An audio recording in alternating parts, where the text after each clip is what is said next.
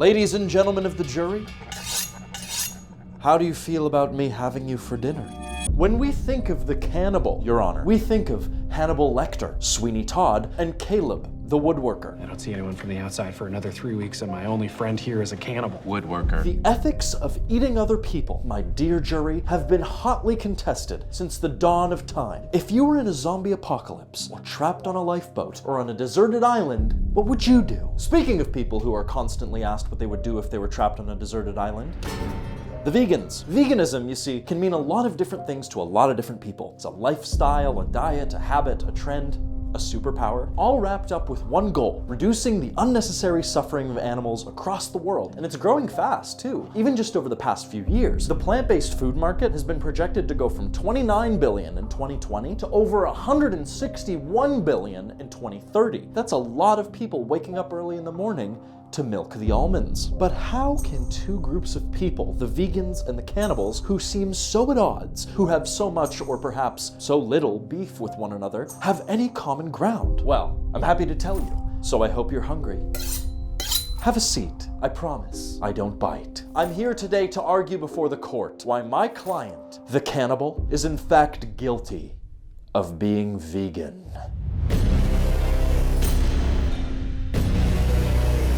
Hi, I'm Beau's conscience. He feels super weird about where this is going, so I just wanted to hop in here and reiterate, this is just about if cannibalism is vegan, not if it's moral, or legally okay, or socially acceptable. Please don't eat people, for the love of all that is holy. Anyway, back to the video. Now, ladies and gentlemen of the jury, we have to look at the facts. My client, who's been a vegan for his entire life, was wrongfully arrested and stripped of his powers by the vegan police for the crime of being not vegan, when he allegedly ate a guy. But what if I told you that he still is vegan, even now? You see, at its core, there are three major pillars of a vegan or plant-based diet, some or all of which can be considered as a factor when embracing the lifestyle. First, animal rights. Second, health. And third, climate change. Some of you on the jury may already be rolling your eyes, saying surely, if veganism is about animal rights and consuming animal and animal-based products is a violation of those rights, then that must extend to human beings as well. It is, after all, a lifestyle that seeks to minimize the suffering and promote compassion towards all sentient beings. However, the smoking gun of this case, ladies and gentlemen of the jury, lies with our old friend, consent.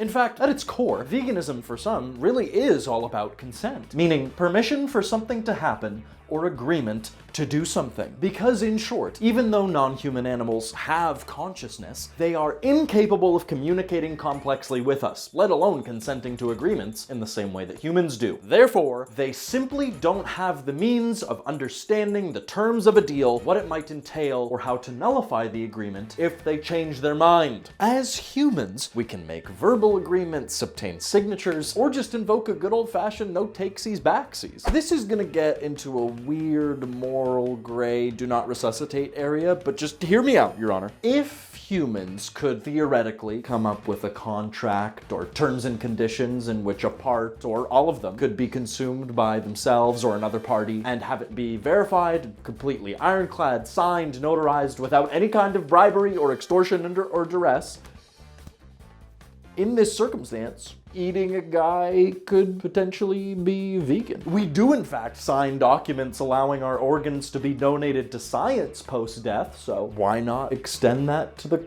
culinary? Now, does this make it moral? Debatable. Legal? Definitely not. But vegan? I feel like kinda maybe sorta. However, my dear jury, this doesn't mean that all forms of cannibalism are vegan. Consent is a pillar here, and if it's not obtained, and obtained clearly, then I think we can all agree, not vegan. Army Hammer, for example, not vegan. Definitely, absolutely, not even a little bit at all. Perfect example, breastfeeding. Breast milk is technically an animal product, so why would it be vegan? Because, Your Honor, the mother gives her consent and is able to give it to her baby, or whoever, because she understands to whom it's going and can go through the necessary steps to stop if she feels like she needs to. If, however, you are hypothetically having lunch at a breastfeeding mom's house and asked for a nice cold glass of oat milk to wash it all down, and she served you her breast milk without your consent, wouldn't be vegan, because even though it was given voluntarily, you were not aware of its origins and could therefore not give informed consent as to whether or not you wanted to drink it. Additionally, if we were in some weird future tender as the flesh dystopia where people are forcefully factory farmed for their breast milk, then yeah, that's probably not going to be vegan either. And if my client was given express written consent by his kind fellow American citizen to eat his liver with some fava beans and a nice Chianti, then who are we to come between them and their God-given right to a good meal? However, animal rights and consent may not be the only reason someone goes vegan. The community's diverse, and not everyone's in it to be able to read minds and play some absolutely filthy bass licks. Many people decide to go vegan for all the health benefits that are offered by the lifestyle. Eliminating animal products from your diet has been shown to lower cholesterol, reduce risk of heart disease and some forms of cancer, increase telekinetic sensitivities, and lower blood sugar. So the question is, if one were to replace their consumption of cows, pigs, and chickens with their roommate who forgot to do the dishes again, would they experience the same health benefits? Astonishingly, and I cannot believe I am arguing this on the internet where it will remain forever, yes,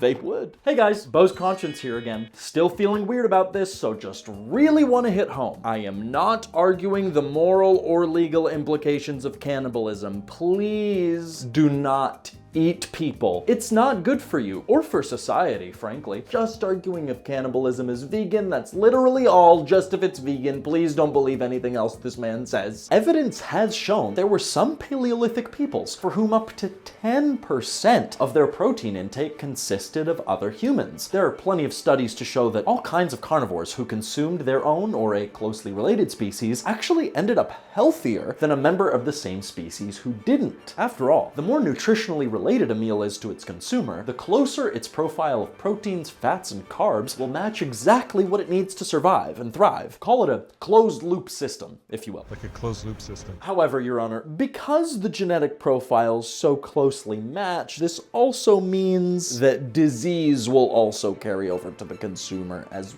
well. Now wait, just because something is healthy, that doesn't make it vegan. Oreos, French fries, sweet chili heat Doritos, for example, all vegan, but that doesn't mean they're healthy. People might go vegan to be healthy, but it's certainly not the only factor to look at. Is it better for you to consume human over other non-human animals, though? Please do not eat people. Let's just call that one inconclusive. There is, however, one thing which we haven't addressed yet, and it's quickly becoming the most persuasive reason for many to go vegan. That is our third and final point: climate change. Do you see where I'm going with this? Ladies and gentlemen of the jury, the climate crisis is an existential threat that looms over all of us, and plenty of solutions have been proposed to slow it down, including transitioning to renewable energy sources and away from fossil fuels, driving electric cars, as well as reducing overconsumption and minimizing single-use plastics. The problem is, these solutions are costly, take too long, and are impossible to implement on a global scale before we start experiencing the effects of the apocalypse. I mean, come on, who wants to give up plastic water bottles? Those things are neat as hell. Here is my modest proposal. Many vegans cite the primary reason for their transition to the lifestyle as being influenced by climate change. After all, raising livestock for human consumption accounts for about 15% of total greenhouse gas emissions, which may not sound like a lot until you realize it's the greatest single cause of emissions and adds up to more than all forms of transportation combined, which yes, includes all boats, all cars, and all planes. Meat and dairy production also account for about 70 to 80% of all agricultural land use, and about a third of all land on the planet. And as the population increases, we'll only need to use more land and more resources to feed and house these animals, leading to more deforestation, biodiversity loss, and water pollution. And because of all these factors, unless our food systems change, age, experts estimate that demand will likely outpace the planet's resources by 2050, which is in 26 years. That's how old I currently am, and means I've already begun the second half of my life. Are you scared yet? Well, let me ease your fears, my dear, sweet, beautiful jury, by informing you that cutting out or significantly reducing one's consumption of animal products, including meat, dairy, and eggs, have proven by multiple, detailed studies to reduce individual greenhouse gas emissions by a whopping 75%, destruction of wildlife by 65%, and water use by 54%. Setting aside what Jeff and Elon can do, going vegan or vegetarian is by far the most impact any one of us can make at an individual level to slow the warming of the planet. But what if that's not enough? What if the problem goes deeper?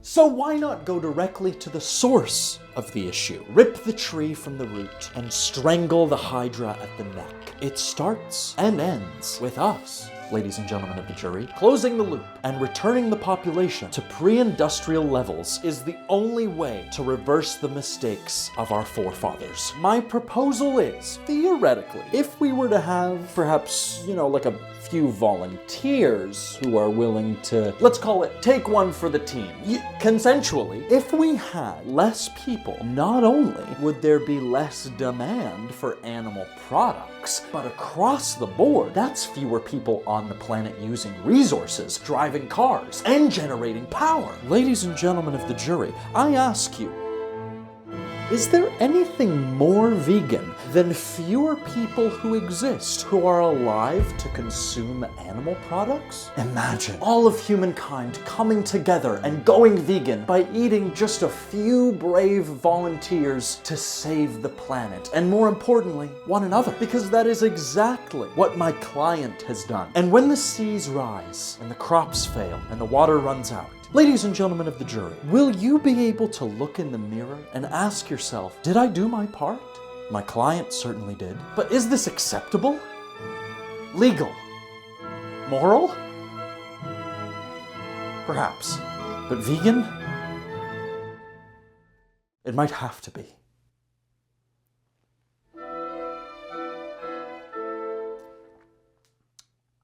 I rest my case. So what's the verdict? What case should I take on next? Let me know in the deliberation room down below. I'm a one-man legal firm, and I spend over 100 hours on these videos every month, so please consider subscribing and becoming a member of the jury so I can continue practicing fake law full-time.